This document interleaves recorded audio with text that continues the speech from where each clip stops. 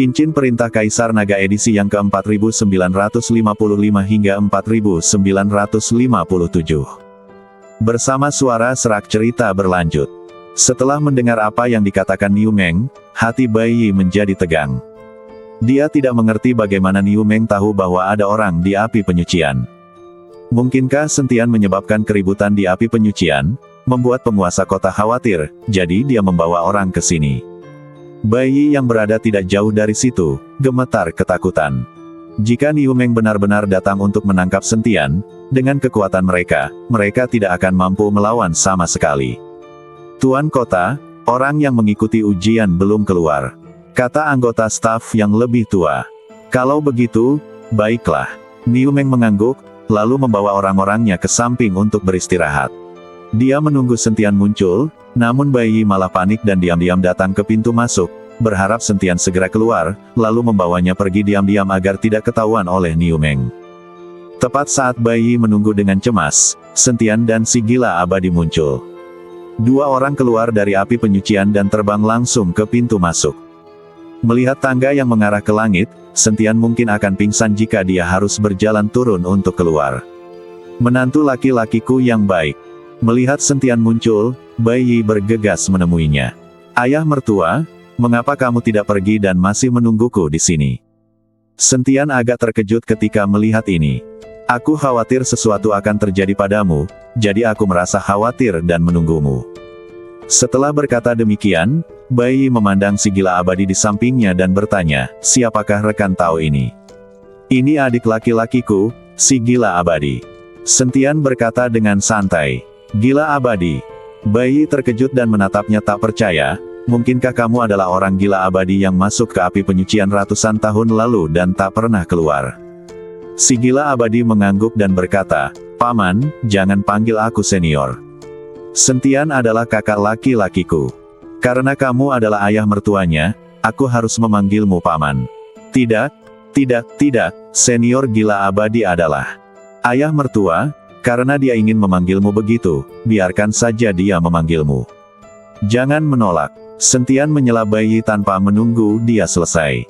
Mengingat temperamen si gila abadi ini, jika Bai Yi menolak, dia mungkin harus bersujud di sini lagi. Baiklah. Bai Yi mengangguk, lalu berkata kepada Sentian, menantu laki-laki, ayo cepat pergi dan jangan tinggal lama-lama di sini. Ayah mertua, apakah terjadi sesuatu? Sentian sangat terkejut. Mengapa mereka berteriak padanya agar segera pergi padahal dia baru saja keluar? Jangan tanya lagi, pergilah dulu bersamaku. Setelah Bai Yi selesai berbicara, dia hendak membawa Sentian pergi dari satu sisi, dan tidak keluar melalui pintu utama di depan. Namun saat mereka hendak pergi, staf wanita itu menemukan mereka. Hei, ada apa denganmu? Kenapa kamu menyelinap keluar alih-alih melewati gerbang utama? Apakah kamu mencuri sesuatu? Kemarilah dan biarkan aku memeriksanya. Anggota staf yang lebih tua berteriak pada Sentian dan yang lainnya. Ketika Bai Yi melihat ini, alisnya langsung mengernyit. Dia sekarang dalam masalah dan tidak bisa melarikan diri secara diam-diam. Namun, melihat Niu Meng tidak kunjung datang, Bai Yi bergegas maju dan berkata, Kakak, kami tidak mencuri apapun. Kami hanya ingin pergi secepatnya karena ada sesuatu yang terjadi di rumah. Sembari berbicara, Bai Yi mengeluarkan tas penyimpanan dan menyerahkannya kepada staf wanita itu. Melihat hal ini, wanita di staf itu melotot ke arahnya dan berkata, apa yang akan kamu lakukan? Mau menyuapku? Aku bisa katakan padamu, aku orang yang berhati-hati dan tidak akan menerima suapmu. Kemarilah sekarang dan biarkan aku memeriksanya. Kurasa kamu pasti telah mencuri sesuatu. Siapa yang kamu sebut pencuri? Barang apa yang ada di sini yang layak dicuri? Sentian merasa marah ketika dia melihat staf wanita itu. Dia cuma penjual tiket, tapi berlagak seperti pemimpin, dasar kutu kupret. Tutup mulutmu yang bau itu. Beraninya kamu menuduh kakak laki-lakiku mencuri barang. Apa kamu sudah bosan hidup? Melihat ini, si gila abadi melangkah maju dan menunjuk ke arah staf wanita itu sambil berteriak. Staf wanita itu tidak takut akan terjadi masalah. Setelah melihat si gila abadi, dia langsung bertanya, bagaimana kamu bisa masuk? Mengapa aku tidak ingat kamu memasuki api penyucian? Katakan padaku, apakah kamu masuk secara diam-diam tanpa tiket? Bayar uangnya sekarang, atau aku akan menangkapmu. Ketika si gila abadi memasuki api penyucian, staf perempuan itu belum datang bekerja, jadi dia tidak tahu tentang hal itu. Sial, kapan aku pernah menghabiskan uang untuk masuk ke api penyucian? Aku selalu masuk secara gratis. Pada saat itu, si gila abadi memang masuk ke api penyucian secara cuma-cuma. Namun staf perempuan itu tidak tahu dan mengira si gila abadi itu telah menyelinap masuk. Jangan sombong. Tuan kota kita menyuruh semua orang membayar untuk masuk ke api penyucian. Jika kamu tidak menebusnya sekarang, aku akan bersikap kasar padamu. Staf wanita itu hendak mengambil tindakan.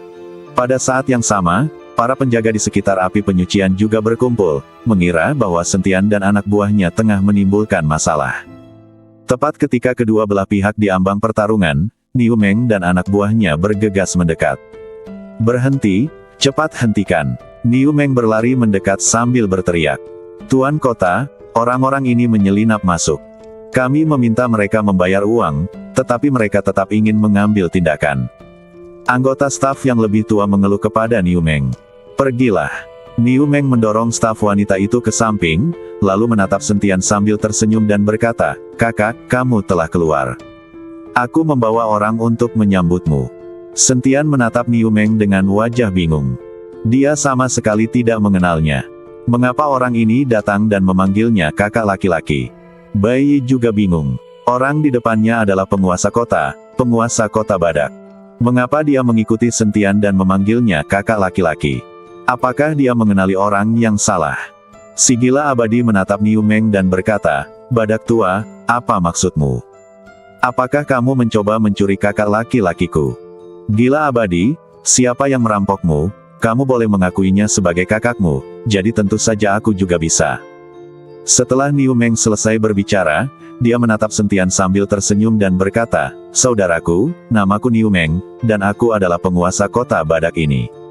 Mendengar orang itu adalah penguasa kota, Sentian langsung bersikap hormat. Lagi pula, jika bukan karena bantuan Niu Li, dia dan temannya tidak akan bisa memasuki kota Badak. Dan orang di depannya adalah ayah Niu Li dan Niu Ben. Ternyata itu adalah penguasa kota. "Maafkan aku." Sentian menyapanya dengan tergesa-gesa. "Kakak, panggil saja aku Xiao Niu, Suneo." Niu Meng berkata dengan rendah hati, "Aku telah menyiapkan jamuan makan di istana tuan kota." "Saudaraku, kamu telah bekerja keras dalam ujian di arena api penyucian.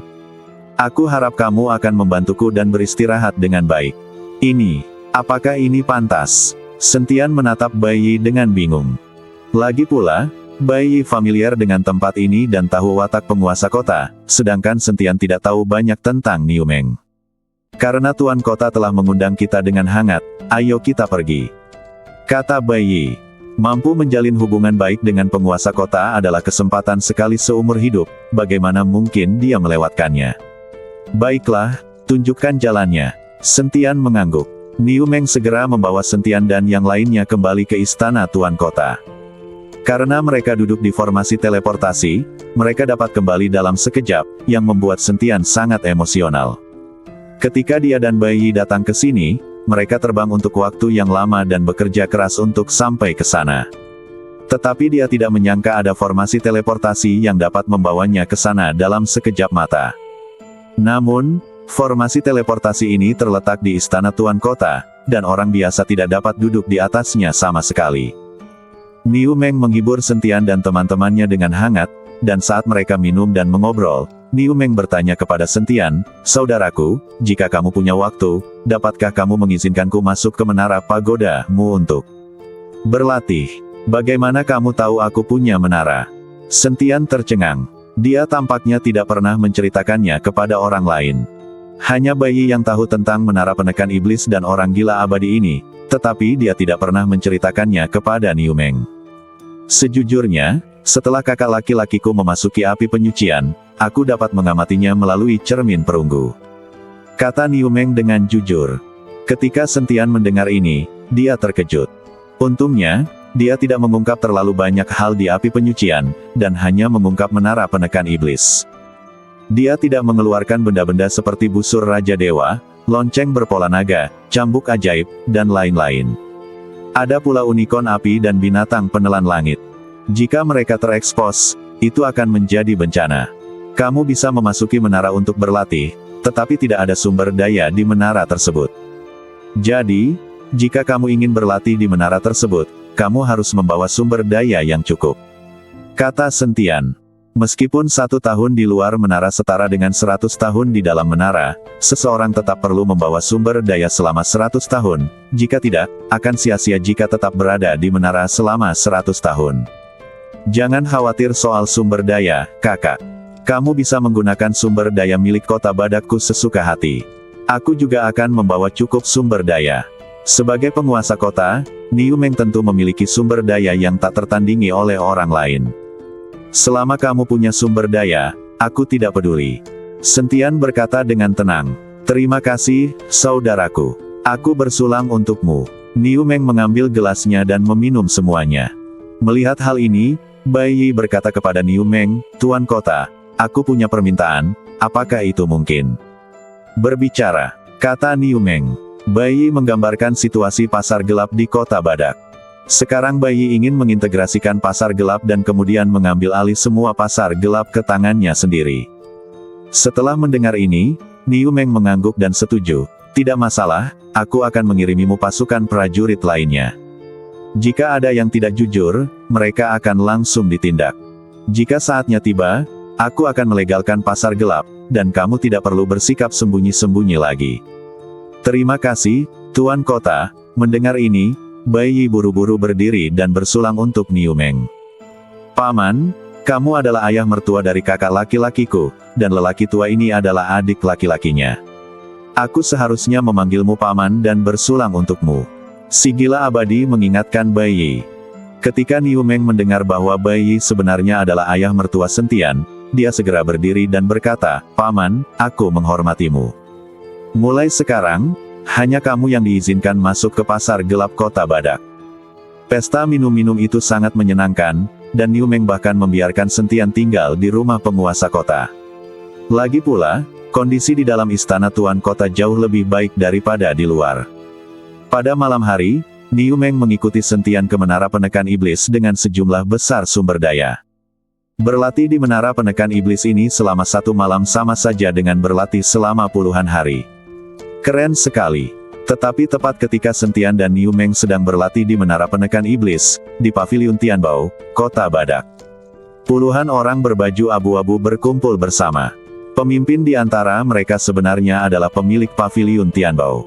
Penjaga toko Paviliun Tianbao memegang sebuah token di tangannya, yang merupakan token yang digadaikan Sentian. Malam ini, kita hanya bisa berhasil dan tidak boleh gagal. Dengan token ini, kita bisa dengan mudah memasuki istana penguasa kota. Selama kita bisa menemukan cara untuk menangkap Tuan Putri dan Pangeran dari kota Badak, kita bisa mengancam Niu Meng untuk berkompromi. Jika kita berhasil kali ini, kita semua akan menjadi pahlawan. Penguasa kota tidak akan melupakan kita. Selama bertahun-tahun, kota Badak telah menguasai api penyucian dan mengumpulkan sejumlah besar koin abadi. Selain itu, kota Badak memiliki lebih banyak sumber daya daripada kita. Kota Hariamu Terbang kita berada di ambang kehancuran. Keberhasilan atau kegagalan bergantung pada satu langkah ini. Pemilik Paviliun Tianbao mengerahkan semua orang. Ternyata pemilik Paviliun Tianbao sebenarnya adalah pemimpin mata-mata di kota Hariamu Terbang. Orang ini telah mengintai di kota Badak selama bertahun-tahun dan telah mencapai posisi ini. Tak seorang pun akan mencurigainya sebagai mata-mata dari kota Hariamu Terbang. Ini juga alasan mengapa dia bersedia menggunakan 10.000 koin abadi untuk ditukar dengan token di tangan Sentian, dan kemudian menyegel token tersebut sehingga Niu Li tidak akan menyadarinya. Bunuh, bunuh, bunuh. Puluhan mata-mata kota Hariamu Terbang, masing-masing dengan niat membunuh di mata mereka. Selama bertahun-tahun, kota Badak dan kota Hariamu Terbang terus-menerus berkonflik memperebutkan sumber daya. Bukan hanya konflik antar 3 ras saja, tetapi juga konflik antar ras yang sama. Dari zaman dahulu sampai sekarang, semuanya adalah konflik yang didorong oleh kepentingan. Bahkan jika seseorang mencapai alam surgawi dan menjadi abadi, dia tidak dapat mengubah status quo ini. Bersambung.